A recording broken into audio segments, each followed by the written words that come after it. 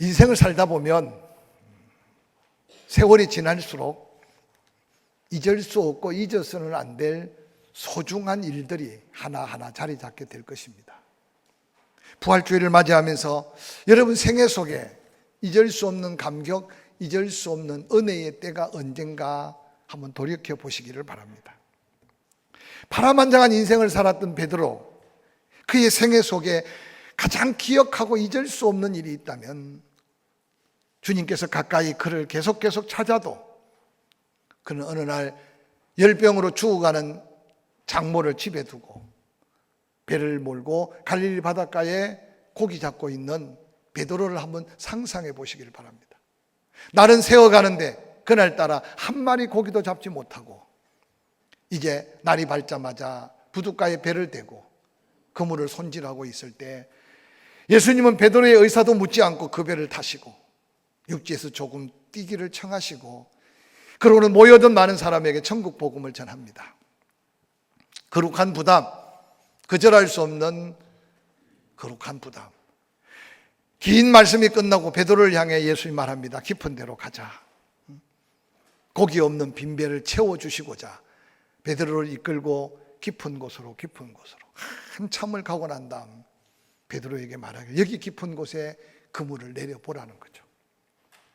그 깊은 곳까지 노를 젓고 가면서 베드로의 마음속에 들은 말씀과 자기의 경험과 자기 생각이 얼마나 많은 갈등을 일으켰을까 생각해 보시길 바랍니다. 그때 베드로의 입에 이런 믿음의 고백을 남깁니다. 주여, 밤이 맞도록 내가 이 바다를 휩쓸었습니다. 당신은 모르지만 지금 낮에 고기 잡을 수 없고 이 깊은 곳은 더 고기 없습니다. 그러나 내가 순종할 마음이 생겼는데 당신의 말씀을 의지하여 그물을 내립니다. 할렐루야. 그런데 놀랍게도 베드로의 그물은 자기 배도 가득 채우기 어려운 그물이었는데 하나님은 베드로를 감동시켜 예수 그리스도를 따르는 제자 삼기 위해서 그 그물에 얼마나 많은 고기를 하나님께서 강권적으로 밀어 넣었는지 2배를 채우고도 배가 잠길 정도로 고기를 잡았습니다. 고기 잡힌 것을 바라보고 베드로가 예수님께 무릎을 꿇었습니다. 주여, 나를 떠나십시오. 나는 당신이 기대하는, 당신이 원하는 그런 그릇이 아닙니다. 나는 죄인입니다. 그때 예수님께서 베드로에게 하신 말씀은, 네가 지금까지는 고기 잡는데 네 인생을 걸고 살았지만 너는 이제부터 사람을 구원하는 하나님의 사명자로 부름을 받았다.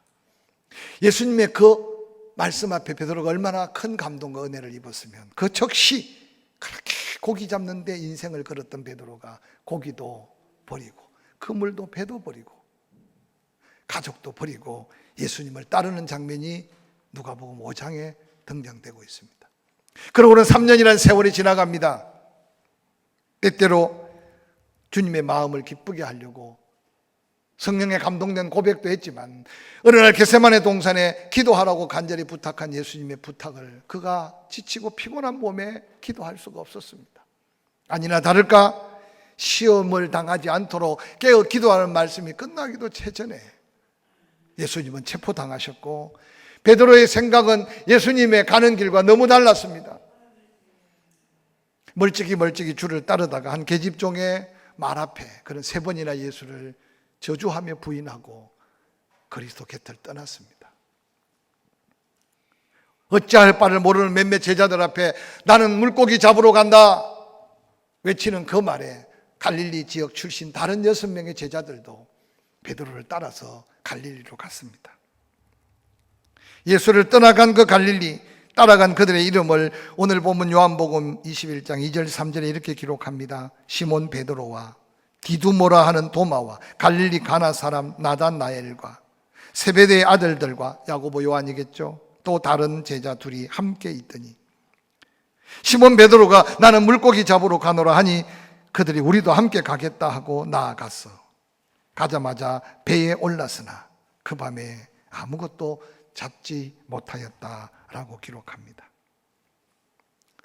오늘 여기 7명은 갈릴리 바닷가에서 잠배가 굵었고 갈릴리 바다에는 고기가 마르지 않았기 때문에 고기를 잡지 못한다는 것은 상상할 수 없는 일이었습니다. 3년 동안 후회스러운 삶을 포기하고 다시 옛날 모습으로 돌아간 오늘 요한의 아들 시몬, 그와 동조한 6명의 제자들, 그 밤에 한 마리의 고기도 잡지 못하고 밤을 지새우고 있었습니다. 그물을 내리고 또 끌어올리고, 그물을 내리고 또 끌어올리고.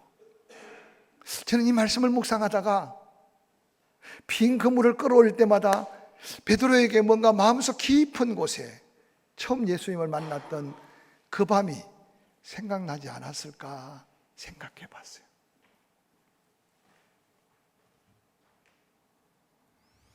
그렇게 헛수고를 하고 그 밤을 꼴박지 세운 새벽녘에 부활하신 예수 그리스도께서 막달라 마리아와 갈릴리에서 온 여인들에게 천사를 통해 예수님께 직접 들었던 그 말씀, 내가 갈릴리로 간다. 갈릴리에 찾아온 그 예수님은 지금 밤새도록 헛수고한 베드로와 6명의 제자들을 찾아오셨습니다. 오늘 보면 요한복음 5장에 21장 5절에 이렇게 말합니다. 예수께서 이르시되 얘들아 너희에게 고기가 있느냐. 우리 예수님이 고기 없는 걸 몰라서 고기가 있느냐고 물으셨겠습니까? 저는 이 말씀을 묵상할 때 제게 그런 음성이 들렸어요. 베드로야, 그때 또 그물을 내리고 빈 그물, 그물을 내리고 빈 그물. 고기가 안 잡힌 이유를 생각해 봤냐? 밤새도록 너희가 갈릴리의 전문가인데 또 내리고 또 내리고 또 올리고 또 올렸는데 너희 배에 한 마리 고기 잡히지 않은 그 실패의 원인을 찾았느냐? 라고 묻는 우리 주님의 음성같이 들렸습니다. 지친 그들에게 놀랍게도 예수님은 사랑의 모습으로 깊은 데까지 갈 게 없이 요한복음 21장 6절에는 그물을 배 오른편에 던져봐라. 그리하면 그리 잡고 싶어하는 고기 잡을 거다. 이에 그들이 예수님 말씀에 그물을 던졌더니 고기가 그물을 들 수 없을 만큼 잡혔어요. 그때 예수님의 특별한 사랑을 입었던 요한이 주님이시다라는 말을 듣자마자 베드로는 아마 그날 밤 허탕치면서 얼마나 열불이 났으면 옷을 다 벗고 있다가 주님이시란 말을 듣자마자 그 옷을 챙겨 입고 그리고 바닷가에 팍 뛰어들었습니다. 다른 제자들은 고기를 수습하고 배를 젓고 부둣가에 와 보니까 예수님은 그들을 위해 떡과 고기를 구워놓고 아침을 준비해 놨습니다. 우리가 늘 입으로 사랑의 주님 하지만 오늘 부활하여 갈릴리로 찾아온 예수님은 사랑 그 자체의 모습으로 제자들 앞에 서 계심을 볼 수 있습니다. 아마 제자들의 모습을 한번 살펴보십시오. 고개 푹 숙이고, 저는 생각할 때 떡을 먹은들 삼킬 수가 있었겠으며 고기를 먹은들 삼킬 수가 있었겠습니까? 누구 한 사람 예수님한테 말 한마디 할 수 없는 그 무겁고 어두운 새벽녘에 갈릴리 바닷가에 조반 먹은 후에 예수님께서 요한복음 21장 15절에 입을 여십니다. 시몬 베드로에게 이르시되 요한의 아들 시몬아, 내가 이 사람들보다 나를 더 사랑하느냐? 라고 주님의 첫 음성으로 시몬 베드로에게 묻고 있는 질문이 오늘 함께 읽었던 본문입니다. 베드로는 이미 결론적인 이야기지만 부활하신 예수 만나고 그 사랑의 주님의 두들기는 마음을 다시 열고, 그리고 결론적으로 예수님이 그 미래에 예언된 것처럼 젊을 때 네가 하고 싶은 소리 다 하고 네가 가고 싶은 곳 네가 행하고 싶은 대로 다 살았지만 은혜의 나이를 먹어가면 네 인생을 네 마음대로 사는 게 아니라 하나님의 뜻대로 살았어. 이제 마지막 죽음조차도 예수 그리스도의 사랑을 고백하며 십자가에 거꾸로 달려 죽을 베드로의 순교적 모습까지 우리 주님은 미리 하시고 베드로를 위로하시며 축복하시고 있는 모습들을 발견하게 됩니다. 오늘 본문에 기록된 예수님이 물으시고 베드로가 대답하는 사랑 속에는 헬라어로 두 단어가 소개되고 있습니다. 바로 아가파오라는 사랑과 필레오라는 사랑입니다. 그런데 고대 헬라 문화권에 살았을 때 헬라어로는 당시에 사랑을 네 가지로 소개하고 있습니다. 그래서 에로스의 사랑, 필레오의 사랑, 스톨게의 사랑, 아가페의 사랑. 근데 헬라 문화가 있기 전 고대 히브리 문화권에서는 구약 성경 속에 하나님의 사랑은 한 단어, 아하바라는 단어로 표현하고 있었어요. 최근에 와서는 심리학자들은 이 사랑을 인간의 다양한 모습 속에 6가지 사랑을 소개합니다. 열정적인 사랑, 에로스, 유희적인 사랑, 루두스, 친구 같은 사랑, 스토로지, 소유적 사랑, 마니아, 실용적 사랑, 프라그마, 헌신적 사랑, 아가페. 인터넷에 사랑에 대해서 치면 무한한 것들이 막 쏟아져 나옵니다. 근데 신약 성경에 자주 인용된 당시 헬라에 포기된 4가지 사랑은 우리가 한 번 정도 생각해 봐야 합니다. 첫 번째, 남녀 간의 사랑, 에로스의 사랑. 극히 육체적이고 한계를 넘지 못해서 자아실현, 자기 만족의 조건으로 삼는 대단히 이기적이고 자기중심적인 사랑. 그래서 이 사랑을 좀 비하해서 동물적 사랑이다, 그렇게도 말합니다. 두 번째, 친구 간의 우정적 사랑, 필레오의 사랑. 자기 감정의 영역을 넘어서지 못하고 오로지 내 취미, 내 기호에 따라 내 마음에 맞는 사람만 사랑하는 관계적 사랑. 세 번째 사랑이 혈육 간의 사랑, 피를 나눈 사랑, 스톨게의 사랑. 그래서 내 피가 섞인 자, 오직 가족만을 사랑하는. 그래서 위에 3가지의 사랑의 공통점은 극히 자기중심적이고 이기적이고 육신적이며 순간적이고 일시적인 사랑일 수 있다고 말합니다. 그런데 마지막으로 오늘 예수 그리스도께서 베드로에게 묻고 있는 그 사랑은 당신이 베드로를 사랑했고 우리를 사랑한 아가페의 사랑이라는 겁니다. 하나님의 사랑은 절대적이고 무조건적이며 자기 희생적인 사랑, 바로 그 사랑을 아가페 사랑이라고 합니다. 독생자를 아낌없이 주신 그 사랑, 하늘의 영광 버린 그 사랑, 갈보리 십자가에 살을 찢고 피를 쏟아 죽어가며 우리들의 멸망을 구원하시려는, 그래서 그 구원의 은혜로 한 손에는 하나님의 손을, 한 손에는 죄인인 우리의 손을 붙들고 중보자 되신 예수 그리스도의 희생의 사랑. 엘리 엘리 라마 사막다니, 자기가 저주의 자리에 버림받으면서까지 우리를 살리기 위해서 자기 심장에 피를 쏟으며 우리를 사랑한 절대적이고 희생적인 그 사랑이 바로 아가페 사랑입니다. 그래서 사랑을 이해하기 쉽게 어떤 사람은 이렇게 표현합니다. 인간은 에로스에 의해 태어나고 스톨게에 의해 양육을 받으며 필레아에 의해 다듬어지지만 아가페 사랑으로 온전하고 아름다운 인간으로 완성될 수 있다라고 말하기도 합니다. 오늘 부활하신 예수 그리스도께서 베드로에게 나타나 사랑의 질문을 하고 있는 이 질문이 2020년 코로나19와 함께 싸우다가 하나님 앞에 나온 여러분, 인터넷으로 예배하는 우리의 믿음의 가족들이 주님의 이 사랑의 음성을 함께 듣고 우리가 고백할 당당한 사랑의 고백이 있는 이 부활절이 되기를 주의 이름으로 간절히 축원합니다. 예수 그리스도께서 베드로에게 첫 번째 질문, 내가 이 사람들보다 나를 더 사랑하느냐 물으신 그 사랑은 아가파오 하느냐라고 묻고 계십니다. 하나님의 사랑, 하나님이 세상을 사랑한 사랑, 예수 그리스도가 베드로를 사랑한 사랑, 그 사랑으로 나를 사랑할 수 있느냐고 묻고 있는 이 질문 속에 끊임없이 저와 여러분이 어떤 고백으로 사랑의 고백을 할 수 있을지 한번 살펴보시길 바랍니다. 지금 예수님은 이미 한 율법사가 예수를 시험하려고 계명 중에 가장 큰 계명이 무슨 계명입니까? 라고 물을 때 마태복음 22장 27절에 친히 대답하셨습니다. 예수님께서 말씀하셨어요. 내 마음을 다하고 목숨을 다하고 뜻을 다하여 주 너희 하나님을 사랑하라. 또 이와 같이 내 이웃을 내 몸같이 사랑하라. 그것이 율법 중에 가장 큰 율법이고 그 율법을 온전하게 하기 위해 내가 사랑해 주러 왔다. 내가 너를 사랑한 사랑이 바로 그 사랑이다. 너는 그 사랑을 받았다면 너는 그 사랑을 알고 있느냐? 베드로가 예수님의 질문에 이렇게 대답합니다. 요한복음 21장 15절 후반절에 이르되 주님 그러하나이다. 내가 주님을 사랑하는 줄 주님께서 아십니다.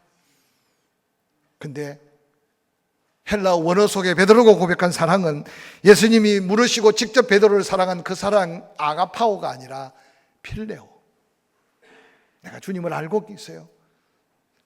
지금도 그 관계를 유지하고 싶어요. 주님이 나의 모습을 아시지 않습니까? 라고 말하고 있습니다. 우리 주님께서는 인간적인 관계 속에 베드로가 고백하는 그 사랑의 고백을 원하지 않았기 때문에 두 번째 다시 묻습니다. 요한의 아들 시몬아, 내가 나를 사랑하느냐? 두 번째 물으실 때는 첫 번째 물었던 이 사람들보다 나를 더 사랑하느냐는 질문이 빠져 있어요. 최후의 만찬 후에 예수님께서는 안타까운 마음으로 여기 있는 너희가 다 나를 떠날 것이다 라고 말할 때 성급한 베드로 얼마나 용감하게 말합니까? 여기 있는 친구들 다 주를 버릴지라도 나는 죽기까지 주님을 버리지 않을 겁니다 라고 호언장담했는데 다른 친구들 앞에 도리어 베드로가 나 고기 잡으러 간다 그러고 유혹하고 당을 지어 함께 고기 잡고 있는 그 현장에 나타난 예수님 앞에 이전에 그렇게 용감하게 보였던 자기 고백을 할 수 없는 베드로의 연약함을 우리 주님은 아셨기에 두 번째 그냥 나를 사랑할 수 있느냐고 묻고 있습니다. 사랑하는 성도 여러분, 베드로는 여전히 필레오의 사랑의 고백을 남겼을 때 예수 그리스도께서 마지막 세 번째 요한의 아들 시몬아 내가 나를 사랑하느냐라고 물으실 때는 네가 나를 아가파오 하느냐 물은 게 아니라 네가 나를 필레오 하느냐 묻고 계신 주님의 이 물음 속에 베드로를 있는 모습 그대로 가슴에 품으시는 예수님의 사랑의 마음을 오늘 사랑의 사도 요한이 깨닫고 이 본문을 그렇게 쓰지 않았나 생각해 볼 수 있습니다. 세 번째 주님이 물으시는 그 물음 앞에 요한복음 21장 17절에 베드로의 고백이 이렇게 고백됩니다. 주께서 세 번째 내가 나를 사랑하느냐 하심으로 베드로가 근심하여 이르되 주님 모든 것을 아시오매 내가 주님을 사랑하는 줄 주님께서 하십니다. 저는 이 말씀을 묵상하다가 베드로의 근심의 마음이 무엇이었을까? 한 번, 두 번, 세 번 예수님이 네가 나를 사랑하느냐 물으시는 그 순간 베드로는 자기 충만, 자기 생각, 자기 감정에 예수를 버리고 도망갔지만 부활하신 주님을 만난 후에 베드로의 가슴 속에 지난 3년 동안 예수님과 동행하며 경험했던 아가파오의 사랑, 그 하나님의 사랑을 베드로가 조금씩 느끼고 있지 않았을까 생각해 봅니다. 왜 후회가 없겠어요? 왜 가슴 찢는 탄식이 없겠습니까? 오늘 사도 요한은 그 표현을 베드로의 근심이라고 표현하지 않았을까 저는 그렇게 생각해 봅니다. 사랑하는 성도 여러분, 우리가 인생 살아가면서 사도 바울의 고백처럼 내가 선한 싸움을 싸우고 달려갈 길을 다 마치고 마지막 순간 믿음을 지켜서 우리 주님 영광의 면류관을 바라보는 이 상은 나에게만 있는 상이 아니라 이 믿음으로 함께하는 모든 자에게 있는 이 상급을 바라보는 성도들로서 때로 넘어질 때도 있고 때로 상처 가운데 낙심할 때도 있고 때로 실망 가운데 좌절할 때도 있을 때 오늘 베드로 곁에 다가와 끊임없이 책망하기보다는 사랑으로 그 마음을 어루만지시는 예수 그리스도의 사랑의 손길을 한없이 느껴가면서 베드로가 그 사랑을 깨달아가며 근심하면서까지 사랑을 고백하는 이 마음의 회복이 오늘 이 시대에 우리에게 필요한 은혜가 아닐까 생각해 봅니다. 이런 베드로의 형편사정 주님이 내 모습 아시지 않습니까? 그 한마디 속에 나의 허물도 나의 실수도 나의 약함도 다 아시지 않습니까? 지금 내가 주님이 원하는 아가파오 이 목숨 다해서 죽기까지 사랑한다는 그 사랑을 고백 못하는 내 모습을 주님이 아시지 않습니까? 하나님의 은혜라는 것은 받을 자격 없는데도 깨달아질 때마다 그게 하나님이 그저 주신 은혜인 것이 우리에게는 한량없는 은혜가 아니겠어요? 할렐루야. 코로나19를 맞이하면서 저도 겁났어요. 저도 두려웠어요. 예배를 준비하면서도 두려웠고, 예배가 끝나고 월요일, 화요일, 수요일이 지나면 또 마음 한구석에 계속 염려가 됐어요. 끊임없이 저에게 묻고 질문했던 것은 예수님이라면 어떻게 결정하고 무엇이 더 하나님의 기쁨이 될까 계속 고민하면서 저는 지난 한 달 제 목회 34년에 흘러갔던 세월 속에 제 가장 약한 부분, 제 가장 부끄러운 부분들 끊임없이 회상하면서 주님 아시지 않습니까? 근데 지나고 나면서 계속 감사한 것은 흩어져 있는 자녀들, 외국에 있는 자녀들까지 그래도 단 한 명도 확진자가 없이 이 위기의 때를 잘 극복하게 하신 것은 하나님의 은혜라고 저는 믿습니다. 특히 포항 땅을 놓고도 우리가 많이 기도했잖아요. 오늘 우리가 이렇게 예배하는데도 공무원 한 명도 나와서 검사하는 사람이 없는 것은 우리 이강덕 시장님의 믿음도 좀 자라고 공무원들이 그래도 교회 목회자들과의 관계뿐만 아니라 교회에 대해서 이해하는 마음이 있기 때문에, 그래서 우리가 좀 더 거리를 두고 좀 더 조심하고 좀 더 긴장해야 되는 것은 하나님의 영광이 가려지지 않아야 하기 때문입니다. 할렐루야. 그러나 기억하십시오. 그럼에도 불구하고 예수 그리스도께서는 베드로에게 새로운 사명을 주십니다. 요한복음 21장 18절 이후에 내가 진실로 진실로 내게 이르노니 내가 젊어서는 스스로 띠띠고 원하는 곳을 다녔거니와 늙어서는 내 팔을 벌리리니 남이 내게 띠띠우고 원하지 않은 곳으로 데려가리라. 이 말씀을 하시면 베드로가 어떠한 죽음으로 하나님께 영광을 돌릴 것을 가르치심이라. 이 말씀을 하시고 베드로에게 이르시되 나를 따라라 라고 말씀하셨어요. 사랑하는 성도 여러분, 온전한 사랑을 다 경험하고 온전한 사랑으로 주님을 사랑할 수 있다고 고백하지 못했으나 이미 베드로를 베드로 되게 하신 예수님, 그의 연약함까지 다 당신의 십자가를 지셨던 예수님, 베드로를 지금 책망보다 위로하시고 그리고 새로운 사명의 자리로 부르시는 예수님이 사랑의 예수 그리스도라는 사실을 믿으시기를 주의 이름으로 간절히 축원합니다. 내 양을 먹이라, 내 양을 먹이라, 내 양을 먹이라고 베드로에게 자격 없어 보이고 아무 능력 없어 보이고, 아니 그 사랑의 고백 하나조차도 제대로 할 수 없는 베드로인데도 이제 예수님은 하셨어요. 부활의 주님을 만난 후에 성령 받기 전에는 아가파오 사랑을 알지도 못했고 그 사랑을 고백하지도 못했지만 이제 약속한 성령 받고 그 성령 안에서 하나님의 그 사랑, 예수 그리스도의 그 사랑을 가슴속에 처미도록 쌓아가면서 자기 생에 그 사랑으로 예수 그리스도의 양을 칠 베드로를 우리 주님은 보시고 아셨기에 불안정하고 때로는 신뢰하기 어렵지만 베드로에게 그 사명을 맡기시는 예수 그리스도의 사랑의 은혜를 다시 한번 기억하시기를 주의 이름으로 간절히 축원합니다. 우리가 다양한 은사를 받았어요. 다양한 사명을 받았어요. 사랑하는 성도 여러분, 이번 코로나19를 지나가고 부활절을 맞이하면서 우리 안에 이 놀라운 사랑을 다시 한번 재확인하고 그 사랑의 고백이 우리의 삶의 아름다운 믿음의 삶으로 드러나는 열매가 될 수 있기를 주의 이름으로 간절히 축원합니다. 지금 이 세상 사람들은 하나님의 사랑이 필요로 합니다. 미국이 어떤 나라며 이태리가 어떤 나라고 프랑스가 어떤 나라입니까? 오늘날 어떤 면에서 자본주의로 꽃을 피워서 나라뿐만 아니라 사는 사람 최고의 부유함을 누렸는데 우리가 겪고 넘어간 코로나보다 그들에게 더 큰 피해와 큰 고통을 가져다 주면서 아마 보이지 않는 또 다른 하나님의 메시지가 조국 대한민국을 향해 선포하는 하나님의 메시지로 들려야 될 음성을 우리는 들어야 됩니다. 처음 여기저기 환자가 급습하고 위기가 다가왔을 때 우리는 한없이 작아졌고 한없이 두려웠습니다.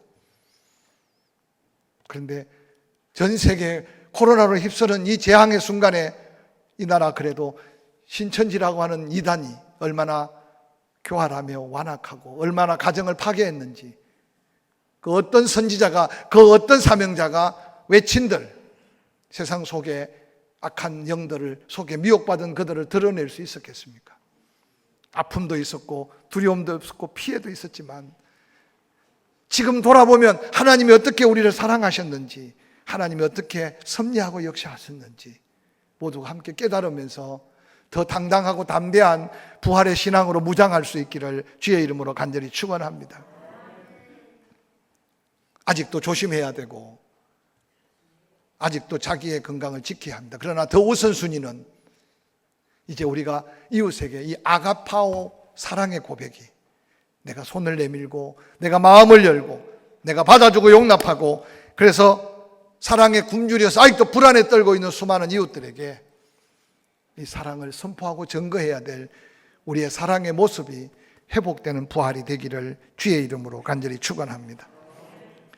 예수 그리스도 첫날 부활의 역사 속에 그 제자들을 만난 그 부활은 그들에게 놀라운 은혜의 선물을 주셨습니다. 예수 십자가 달려 죽으시고 난 다음 예루살렘에 깊이 문을 잠그고 숨어있던 제자들, 엠마오로 가는 제자들, 오늘 갈릴리에 고기 잡고 있는 의심 많은 도마, 베드로뿐만 아니라 당시에 수많은 십자가 가까이 떨고 있던 믿음의 사람들, 그들은 불안했고 두려워했습니다. 빈 무덤을 바라보며 두려움에 떨고 있는 막달라 마리아와 다른 여인들에게 천사가 위로합니다. 너희는 이곳에서 예수 그리스도를 찾지만 예수 그리스도는 말씀대로 살아나셨다. 빈 무덤을 바라보고 살아났다는 소식을 들었으나 이 여인들은 여전히 두려움이 가득했습니다. 그런데 우리 예수님 그 여인들을 처음 만났을 때 내뱉었던 말이 평안하냐? 라고 물었던 말 속에 오늘 새벽에 함께 나누었지만 평안할지어다 라고 하시는 평안의 주님이 그들에게 평안을 선포하셨음을 기억하시기를 주의 이름으로 간절히 축원합니다. 부활이 주는 놀라운 축복은 불안과 두려움에 사로잡힌 심령을 하나님의 평강과 기쁨으로 채워주심이 부활의 선물임을 잊지 않으시기를 주의 이름으로 간절히 축원합니다. 혹시 하루하루 한 주 한 주를 지나가면서 여러분 마음속에 불안함이 쌓여가고 두려움이 쌓여갔다면 그 불안과 그 두려움을 내어 쫓는 것은 우리 예수님이 이미 선포한 내가 너희에게 평안을 주노라, 내가 주는 평안은 세상에서 얻을 수 있는 것이 아니고 아무도 빼앗아갈 수 없는 이 평안이 내 심령에 자리 잡기 전에는 아무것도 그 두려움과 그 불안함을 몰아낼 수 없습니다. 이번 부활 주일을 맞이해서 예수님이 제자들에게 주었던 그 선물, 아니 부활의 예수를 영접하는 자에게 주어진 이 놀라운 부활의 선물이 여러분 심령 안에 충만하기를 주의 이름으로 간절히 축원합니다. 축원합니다. 어떠한 상황 속에도 우울하거나 불안함이 없는 평강이 임하기를 축복합니다. 또한 삶을 살아가면서 죽음의 두려움이 다가올 때 이 부활의 기쁨이 여러분 안에 넘쳐나서 마음의 즐거움은 양약이고 심령이 평안한 자에게는 영육간의 강건함으로 이어지는 이 복을 누려가기를 주의 이름으로 간절히 축원합니다. 한번 스스로 소리쳐 외치며 선포합시다. 죽음을 두려워하지 말자. 할렐루야. 또 이렇게 이야기하면 나 때문에 누군가가 코로나가 옮겨지면 그건 너무 큰 상처입니다. 왜 그 생각을 합니까? 무슨 독을 마실지라도. 제가 목사기 때문에 하는 말이 아니고 2월 3일 날 성지순례를 출발하고 첫 여행을 하면서 기도를 하는데 어떤 권사님이 코로나 때문에 걱정하고 제가 좀 염려했더니 목사님, 그리고 기도 중에 무슨 독을 마실지라도 해를 받지 않는다고 선포했는데 기도합시다. 근데 정말 열흘 동안 계속 움직이면서 무슨 독을 마실지라도 저는 하나님께서 우리와 함께 하심을 믿을 때 부활의 놀라운 선물, 평안과 기쁨으로 불안과 두려움을 물리치는 증거 있는 믿음의 사명자들로서 우리 입술로 그 증거 속에 내가 주님을 사랑합니다 고백할 수 있기를 주의 이름으로 간절히 축원합니다. 뿐만 아니라 의심을 몰아내고 확신을 더해 주셨습니다. 예수 부활을 믿지 못했어요. 그러나 부활하신 예수를 만나고 난 다음 그들 마음속에 목숨 건 순교적 자리까지 믿음의 자리로 이끌었습니다. 뿐만 아니라 제자들에게 주어진 부활의 선물은 그들의 허물과 죄, 실수를 묻지 않으시고 다시 사명의 십자가를 지어주시며 나를 따르라, 내 양을 먹이라, 놀라운 사명의 기회를 주신 하나님께서 오늘 이 자리에 우리에게 네가 나를 사랑하느냐 라고 물으실 때 비록 부족하지만 부활의 주님과 동행하며 다시 내려놓았던 사명의 십자가 다시 짊어지고 지금까지도 은혜 속에 살았다면 남은 생에 목숨 걸 만한 가치 있는 일에 주와 동행하는 저와 여러분이 되어서 이제 이후로 죽음을 초월한 부활의 정언으로 살아가는 저와 여러분이 될 수 있기를 주의 이름으로 간절히 축원합니다.